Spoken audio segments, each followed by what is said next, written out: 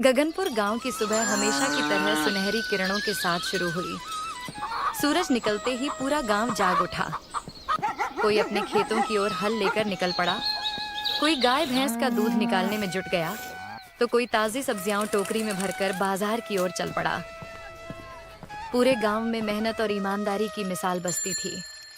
इसी गांव की सबसे बड़ी पहचान थी मोहन काका का मटन चावल का ठेला।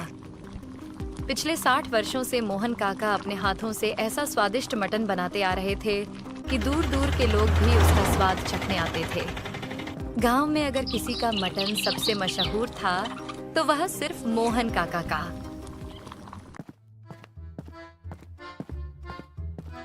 अरे काका, आज एक फुल प्लेट मटन चावल देना। सुबह से काम करते करते जान निकल गई, बड़ी जोर की भूख लगी है। अरे बिरजू, तू तो आराम से सब्जी बेचता है, फिर भी इतनी भूख कैसी लग गई तुझे? आराम? अरे भाई, सुबह अंधेरा रहते उठो, खेत से सब्जियां तोड़ो, उन्हें धोकर टोकरियों में भरो, फिर पूरे बाजार में चिल्ला चिल्ला कर बेचो। इतना आसान लगता है क्या? तीनों की बहस सुनकर मोहन काका मुस्कुरा दिए। अरे बस भी करो तुम लोग, पहले पेट भरो, फिर जितनी बहस करनी हो करना। और सुनो, आज मैंने तुम सबके लिए स्पेशल मटन कलेजी फ्राई भी बनाई है। क्या? सच में? काका जल्दी प्लेट लगाइए, कलेजी फ्राई तो मेरी सबसे पसंदीदा है। कुछ ही देर में गर्मा गर्म मटन चावल और मसालेदार कलेजी फ्राई सबके सामने परोस दी गई। खुशबू इतनी लाजवाब थी कि हर किसी के मुंह में पानी आ गया। वाह काका, आज तो मजा ही आ गया। ऐसा स्वाद तो पूरे जिले में कहीं नहीं मिलेगा। लोग बड़े चाव से खाना खाने लगे। उसी समय एक सजे धजे पति पत्नी वहां आकर रुके। उनके कपड़े और बोलने का अंदाज साफ बता रहा था कि वे शहर से आए हैं। आप ही मोहन काका है जिनके मटन चावल की पूरे इलाके में चर्चा होती है। हाँ बेटा, मैं ही हूँ, लेकिन तुम्हें पहले कभी गांव में नहीं देखा। नए आए हो क्या? जी हाँ, हम शहर से आए हैं और अब यहीं गगनपुर में रहने वाले हैं। अरे वाह, ये तो बहुत अच्छी बात है। आओ बैठो, आज तुम्हें अपने हाथों का मटन चावल खिलाता हूँ। इतने में उसकी पत्नी धीरे से बोली, सुनिए जी, अभी हम मटन खाएंगे? घर चलिए, राहुल ने जरूर कुछ अच्छा बनाया होगा। अरे एक बार चक्कर तो देखते हैं, इनके मटन की इतनी तारीफ सुनी है। हमारे राहुल से अच्छा मटन कोई बना ही नहीं सकता। चलिए घर चलते हैं, मैं उसी से बनवाती हूँ। इतना कहकर दोनों वहां से चले गए। उनके जाते ही एक ग्राहक हंसते हुए बोला, लगता है उनका राहुल खुद को बड़ा बावर्ची समझता है। एक बार काका का खाना खा लिया तो सारी अकड़ निकल जाएगी। लेकिन इस बार मोहन काका नहीं हंसे। वे चुपचाप उन दोनों को जाते हुए देखते रहे। लगता है गगनपुर में कोई नया बावर्ची आया है। देखते हैं उसके हाथों में कितना दम है। कुछ दिन तक सब कुछ पहले जैसा ही चलता रहा। रोज दोपहर होते ही मोहन काका के ठेले पर भीड़ उमड़ पड़ती। लोग बड़े चाव से खाना खाते। लेकिन एक दिन जब काका ग्राहकों को खाना परोस रहे थे, तभी सामने एक नौजवान आकर खड़ा हो गया।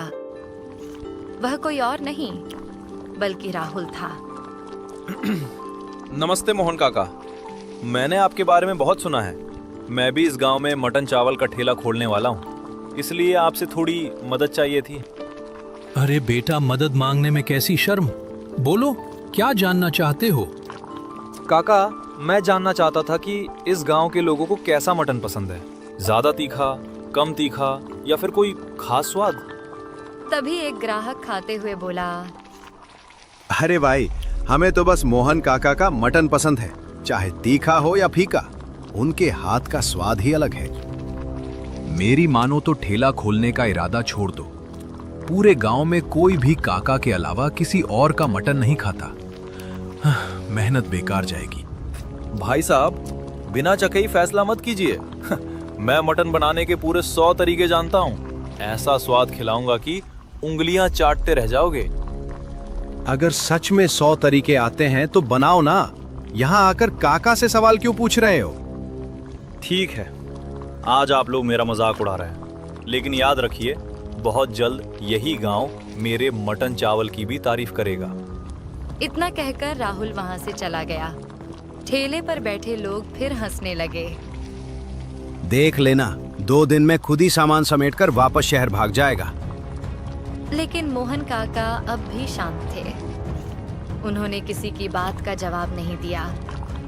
अगर ये लड़का सच में 100 तरह का मटन बनाना जानता है तो इसमें जरूर कोई बात होगी।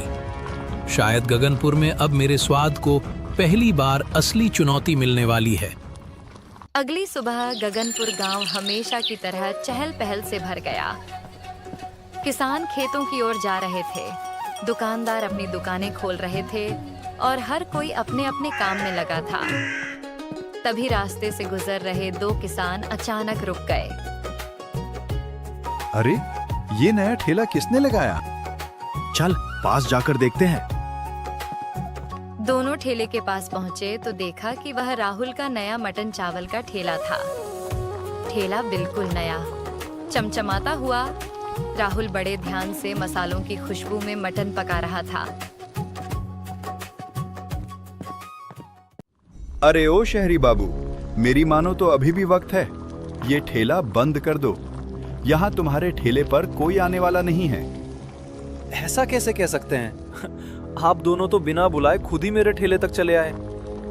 हम खाने नहीं आए हैं, बस इतना बताने आए हैं कि इस गांव में सिर्फ मोहन काका का मटन चलता है। तुम्हारा ठेला नहीं चलेगा।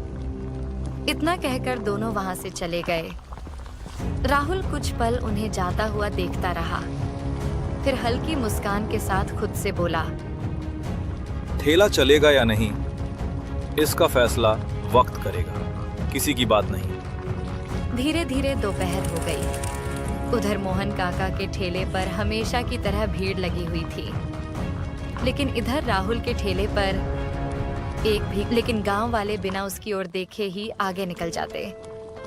राहुल की आवाज धीरे धीरे धीमी पड़ गई। उसके चेहरे की मुस्कान भी गायब हो चुकी थी। आओ आओ गगनपुर वालों, सबसे अनोखा और नए अंदाज का मटन चावल खाओ। एक बार खाओगे बार बार आओगे। लेकिन गांव वाले बिना उसकी ओर देखे ही आगे निकल जाते। राहुल की आवाज धीरे धीरे धीमी पड़ गई। उसके चेहरे की मुस्कान भी गायब हो चुकी थी।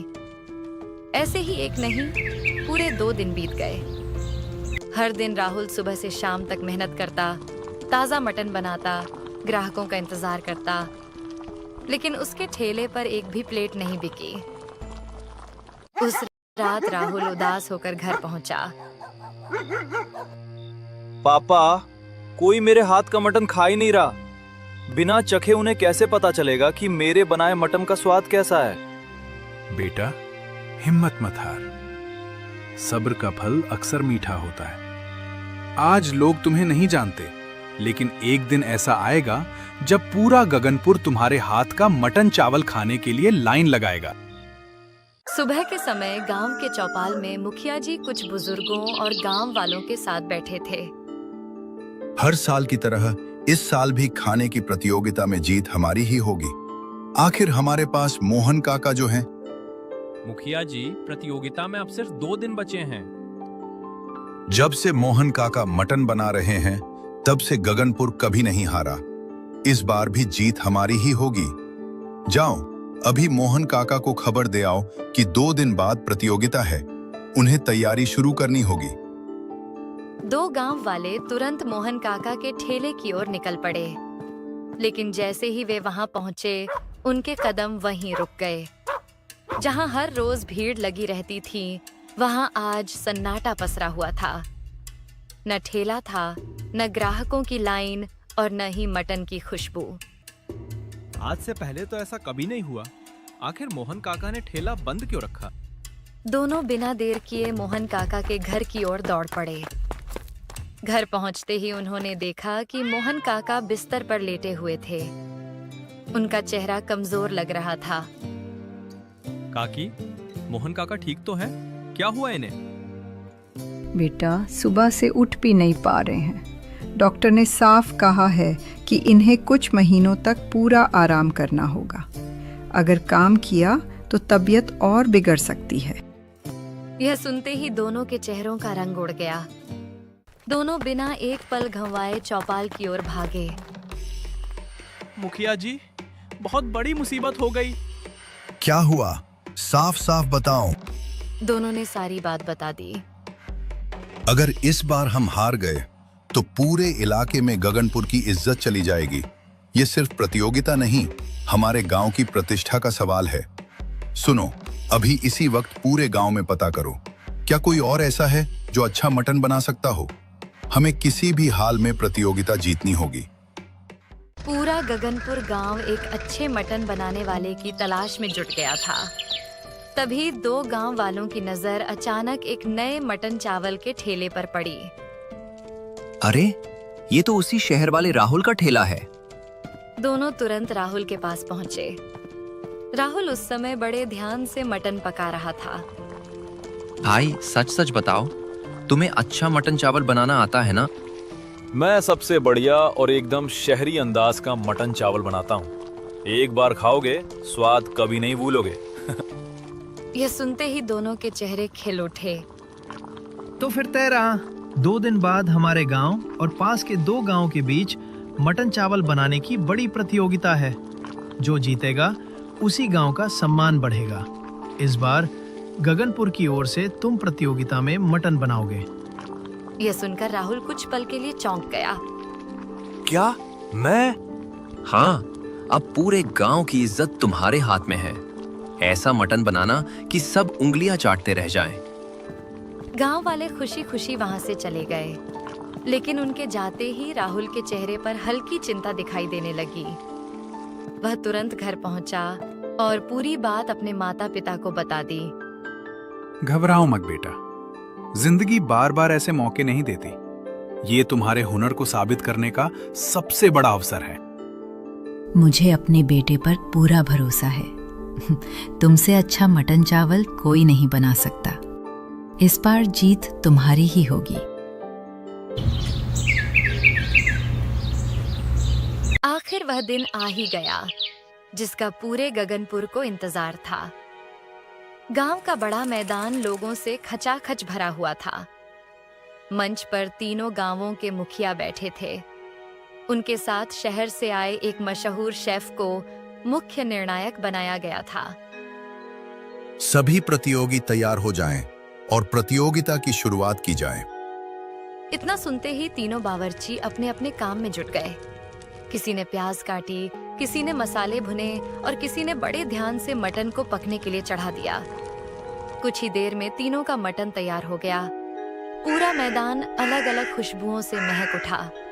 अब सबसे अहम पल आ चुका था। शहर से आए बड़े शेफ ने सबसे पहले गांव का मटन चखा, फिर दूसरे गांव का और आखिर में राहुल का मटन खाया। पूरा मैदान बिल्कुल शांत हो गया। हर किसी की निगाह सिर्फ शेफ पर टिकी हुई थी। कुछ सेकंड बाद शेफ खड़े हुए और बोले, तीनों प्रतियोगियों ने शानदार मटन चावल बनाया है, लेकिन इन तीनों में एक स्वाद ऐसा है जो सबसे अलग, सबसे संतुलित और सबसे यादगार है। सभी लोग सांस रोककर उनका अगला शब्द सुनने का इंतजार करने लगे। आज की प्रतियोगिता का विजेता है गगनपुर का राहुल। यह सुनते ही पूरा गगनपुर खुशी से झूम उठा। चारों तरफ तालियों और खुशियों की गूंज फैल गई। राहुल की आंखों में खुशी के आंसू आ गए। उसने आसमान की ओर देखा और मन ही मन अपने माता पिता का धन्यवाद किया। तभी गांव वाले दौड़कर उसके पास आए। राहुल, हमने तुम्हें बिना चखे ही गलत समझ लिया था। आज तुमने हमें गलत साबित कर दिया।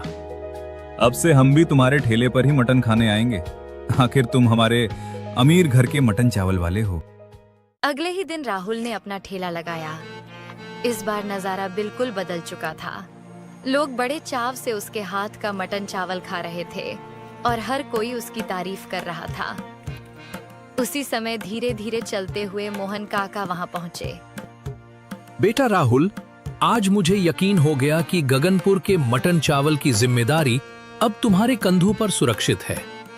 तुमने सिर्फ प्रतियोगिता नहीं जीती, बल्कि पूरे गांव का दिल भी जीत लिया।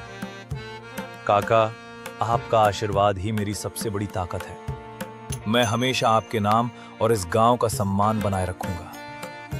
उस दिन राहुल ने साबित कर दिया कि सच्ची जीत केवल हुनर से नहीं, बल्कि धैर्य, मेहनत और कभी हार न मानने वाले हौसले से मिलती है। और इसी के साथ अमीर घर के मटन चावल वाले की यह प्रेरणादायक कहानी यहीं समाप्त होती है।